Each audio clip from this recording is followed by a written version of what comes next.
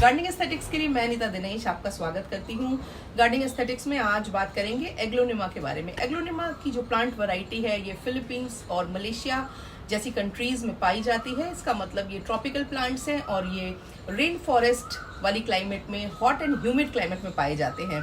और इसका मतलब ये है कि आने वाले कुछ महीने अच्छी ग्रोथ लाने वाले हैं इनके लिए, क्योंकि ये मॉनसून का जो सीज़न है हमारे यहाँ वो इनके लिए आइडियल और माफिक है।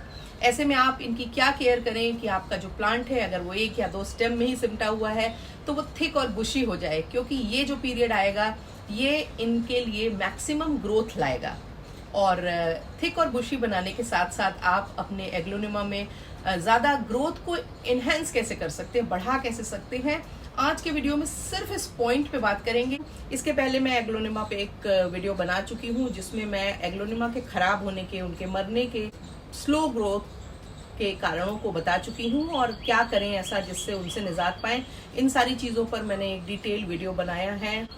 इस वीडियो का लिंक आपको ऊपर आ रहा है, आप इस पे जा करके एग्लोनिमा के लिए कैसी सॉयल चाहिए, उनकी केयरिंग टिप्स क्या है, किस तरह से उनको खराब होने से, मरने से आप बचा सकते हैं, इसके बारे में आपको पूरी जानकारी मिलेगी। इस वीडियो में हम सिर्फ उनको थिक और बुशी बनाने पर बात करेंगे और इस एक एस्पेक्ट पर बात करेंगे कि आप अपने एग्लोनिमा को थिक और बुशी कैसे बनाएं। और देखिए कितनी सुंदर कोयल बोल रही है।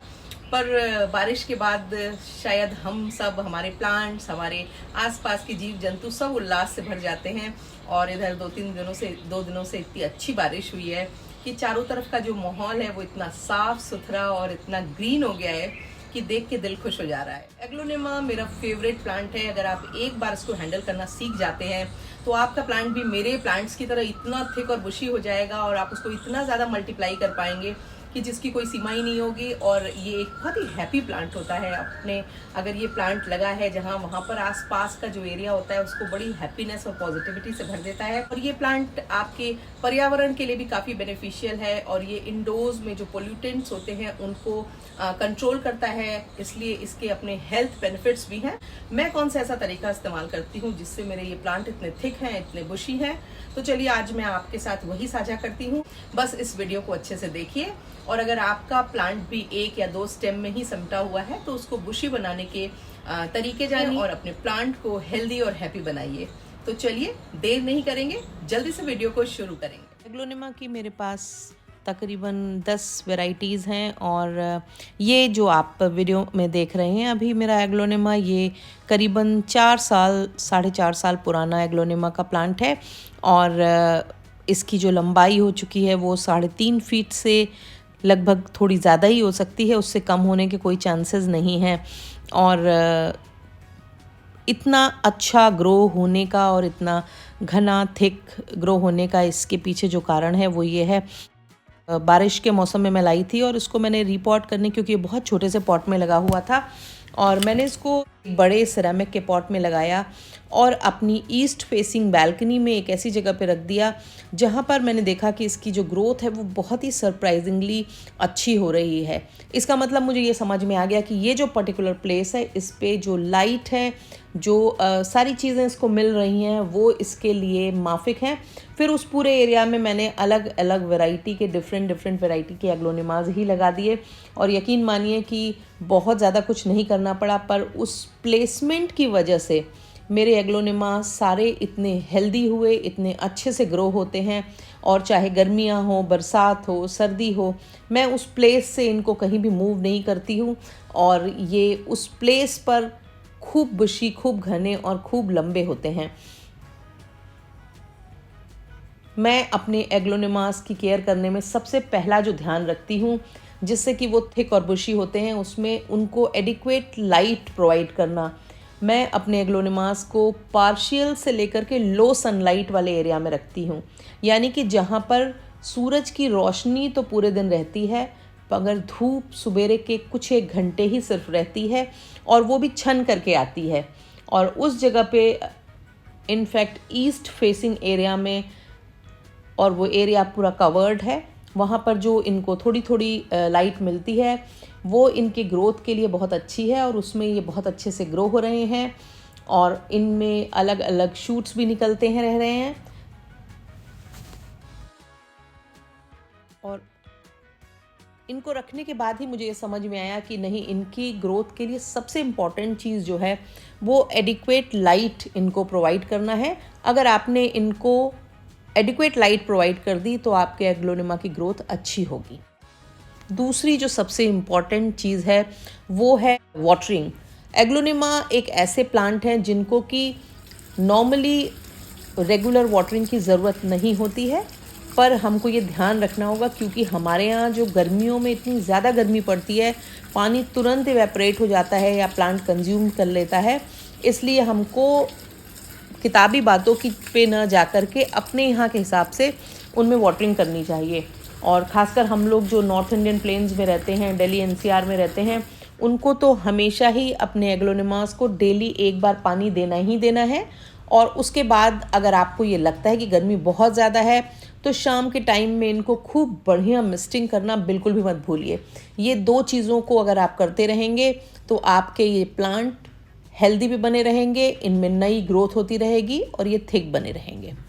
तीसरी जो सबसे इम्पॉर्टेंट चीज़ है वो है कि सॉयल को आप बिल्कुल भी ऐसा मत बनाएं जिसमें भी किसी भी तरह से वाटर लॉगिंग हो या सॉयल हार्ड हो जाए। और दूसरा, बहुत जगह मैं पढ़ती हूँ, बहुत लोग ये बताते हैं हमने तो कोकोपीट मिला दिया है, हमने ये। मैंने अपने एग्लोनिमास में कभी भी कोकोपीट यूज़ नहीं की है। मैं सिर्फ उसमें नॉर्मल गार्डन सॉयल, क्योंकि हमारे यहाँ की सॉयल वेल ड्रेन्ड सॉयल होती है, इसलिए उसमें और कुछ बहुत ना मिला के मैं थोड़ा सा 1 मुट्ठी परलाइट मिलाती हूँ। और उसके बाद सॉयल एक अच्छी वेल ड्रेन्ड सॉयल होती है। इसमें मेरे प्लांट बहुत अच्छे से ग्रो होते रहते हैं। और मैंने ये ऑब्ज़र्व किया है, कई बार नर्सरी से जब मैं एग्लोनिमा प्लांट लेके आई और वो कोकोपीट में लगे हुए थे तो वो प्लांट थोड़े दिन में ख़राब होने लगे। उसका कारण क्या होता है, इतना ज़्यादा वो मॉइस्चर रिटेन कर लेती है। एक तो आप जब नर्सरी से लाते हैं तो वो प्लास्टिक का पॉट होता है, फिर उसमें जब कोकोपीट पड़ जाती है और इतना ज़्यादा पानी इकट्ठा होने लगता है, इतना मॉइस्चर होने लगता है कि एग्लोनिमा की जो रूट्स हैं वो रॉट होने लगती हैं। इसलिए प्लीज़ कोशिश ये करिए, क्योंकि हमारे यहाँ की मिट्टी अच्छी है, उसको में उतनी ज़्यादा सीमेंटिंग की प्रॉब्लम नहीं आती है। अगर आपने थोड़ा सा भी उसमें परलाइट या कोर्स सैंड मिलाया हो तो इन्हीं चीज़ों को मिलाइए। नॉर्मल आप लीफ मोल्ड, वर्मी कंपोस्ट मिलाइए। एक अच्छी न्यूट्रिशन रिच सॉयल इनको प्रोवाइड कीजिए। कोकोपीट को यूज़ कोशिश कीजिए कि ना करें, क्योंकि मुझे नहीं लगता है, मुझे जो मेरा अपना व्यक्तिगत मानना है कि कोकोपीट से प्लांट को लंबे समय तक चलने में दिक्कत आती है। वो कुछ दिन तो उसमें अच्छा रहता है, मगर धीरे धीरे उसमें वाटर लॉगिंग की वजह से, मॉइस्चर ज़्यादा होने की वजह से प्लांट में रूट रॉट होने लगती है, स्टेम रॉट होने लगती है। इसलिए कोशिश ये कीजिए कि एक अच्छी well drain garden soil use कीजिए और पानी की जो क्वांटिटी है उसका ध्यान रखिए। गर्मियों में पानी आपको देना ही होगा रोज़। और शाम को आप एक हल्की सी लीव्स पे मिस्टिंग करिए, जिससे आपका प्लांट फ्रेश और तरोताज़ा बना रहेगा और उसमें अच्छी ग्रोथ होती रहेगी। एग्लोनिमा में अच्छी ग्रोथ हो उसके लिए जो नंबर 1 प्रायोरिटी में जो बात होनी चाहिए वो है इसकी प्रूनिंग। पर आप एक नया प्लांट जब लाते हैं छोटा सा और उसमें 1 स्टेम होती है और 4 पत्तियां होती हैं, उसको प्रून ना करें। उस प्लांट को थोड़े दिन तक मैच्योर होने दें, यानी कि जब वो प्लांट साल भर का हो जाए तब आप उसमें जो सबसे ऊपर नई लीफ निकल रही होती है उसको रिमूव करें।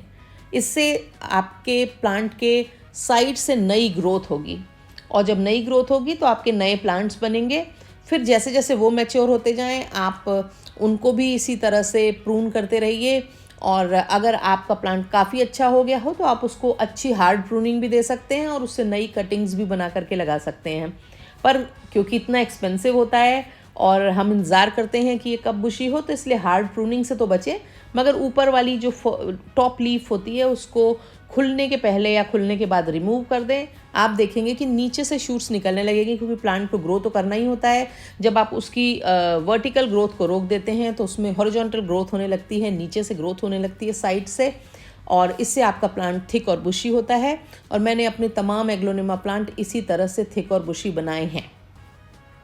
एग्लोनिमा प्लांट को बुशी बनाने के लिए मैं एक अच्छा हाई नाइट्रोजन फर्टिलाइज़र यूज़ करती हूँ और साल में 2 बार मैं इसमें NPK 19-19-90 को पानी में एकदम डाइल्यूट करके, यानी कि 1 मग पानी में आधा चम्मच NPK डाल करके खूब अच्छे से उसको उसमें डिज़ोल्व करके और पॉट्स में देती हूँ। साथ ही साथ मैं उसको अच्छे से मिस्ट भी करती हूँ इनकी लीव्स पर, और मिस्ट करते समय उसको मैं फर्दर डाइल्यूट कर लेती हूँ, क्योंकि कई बार NPK से ज़्यादा हो जाने से लीव्स के जलने के चांसेस होते हैं।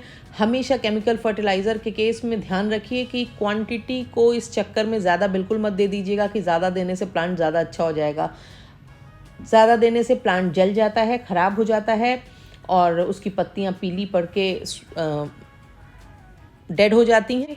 पर केमिकल फर्टिलाइज़र ग्रोथ बढ़ाने के लिए सबसे ज़्यादा इफ़ेक्टिव होते हैं, और साल में 2 बार अगर आप देंगे, एक तो स्प्रिंग की स्टार्टिंग पे दीजिए और दूसरा बारिश के मौसम में दीजिए।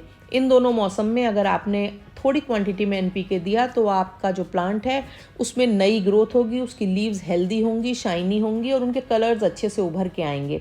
दूसरी चीज़, साल में 2 बार मैं इसमें liquid organic high nitrogen fertiliser देती हूँ, और ये भी जो फर्टिलाइज़र होता है इसको भी मैं डाइल्यूट करके देती हूँ। 1 मग में 1 कैप, 1 ढक्कन फर्टिलाइज़र डालती हूँ। इस तरह से मैं पूरे साल में 4 बार फर्टिलाइज़र देती हूँ, 2 बार केमिकल देती हूँ और 2 बार इनमें ऑर्गेनिक नाइट्रोजन रिच फर्टिलाइज़र देती हूँ। नाइट्रोजन रिच फर्टिलाइज़र यूज़ करने से प्लांट की जो फोलिएज होते हैं, यानी कि जो लीव्स होते हैं, उनकी ग्रोथ भी बहुत अच्छी होती है, उनका रूट सिस्टम स्ट्रॉन्ग होता है और उनमें फर्दर शूट्स निकलते हैं। और अक्सर आपका बहुत हेल्दी, बहुत अच्छा एग्लोनिमा का प्लांट सर्दियों में ख़राब होने लगता है। उसका जो कारण होता है वो धूप की क्वांटिटी का कम हो जाना होता है, क्योंकि हमने उनको ऑलरेडी लो सनलाइट एरिया में रखा होता है। फिर जाड़ों में उस एरिया में और भी ज़्यादा कम सनलाइट पहुंचने लगती है। ऐसे में आप चाहें तो इसको थोड़ी सी ज़्यादा धूप से एक्सपोज एरिया में रख सकते हैं, जहाँ पर कम से कम 2-2.5 घंटे की सन आ जाता हो मॉर्निंग में, और या फिर एक ऐसे एरिया में रख सकते हैं जहाँ पर साउथ फेसिंग हो, और कई प्लांट्स के साथ इनको रख दें जिसमें ये सर्दियों में इनमें गर्माहट बनी रहेगी। एक बात और ध्यान रखने की है कि जो हमारे एग्लोनिमा होते हैं ये थोड़े स्लो ग्रोइंग प्लांट होते हैं, बहुत ज़्यादा तेज़ी से नहीं बढ़ते हैं। इसलिए जब हम इनको नर्सरीज से ख़रीद के लाते हैं और 5 इंच 6 इंच वाले पॉट में लेकर के आते हैं, तो उनको तुरंत रिपोर्ट करने की जल्दबाजी मत दिखाइए। अगर बारिश का मौसम है तो फिर भी आप रिपोर्ट कर सकते हैं, मगर अगर आपने गर्मियों में, सर्दियों में कभी भी इनको लाया है तो प्लीज़ इनको रिपोर्ट करने की जल्दी बिल्कुल मत दिखाइए, क्योंकि एक सीज़न में ये इतना बड़ा नहीं हो जाएगा कि इसको वो 6 इंच का पॉट छोटा पड़ने लगेगा। एग्लोनिमा अगर आप लगाना चाहते हैं तो ये उसका राइट टाइम है। तकरीबन 8-10 दिनों बाद ज़्यादातर नर्सरीज में इनके फ्रेश प्लांट, नए प्लांट आने लगेंगे। ज़रूरी नहीं है कि आप बहुत बड़ा और बहुत एक्सपेंसिव प्लांट खरीदें, क्योंकि एग्लोनिमा एक एक्सपेंसिव वैरायटी होती है। आप एक स्टेम वाला छोटा प्लांट भी ला सकते हैं और धीरे धीरे नर्चर करके उसको हेल्दी और बुशी बना सकते हैं। अगर आपने अभी तक मेरे चैनल को सब्सक्राइब नहीं किया है तो मेरी आपसे गुजारिश है कि प्लीज़ मेरे चैनल को सब्सक्राइब करें, बेल आइकन दबाना बिल्कुल भी मत भूलें, ताकि गार्डनिंग से जुड़े हुए मैं जो भी अपडेट करूं वो आप तक झटपट पहुंचे। अगर आपको मेरे वीडियो अच्छे लगे तो लाइक करने में कंजूसी बिल्कुल भी ना करें, और अपने गार्डनिंग लविंग फ्रेंड्स के संग मेरे वीडियोज़ को ज़रूर शेयर करें। Thank you very much.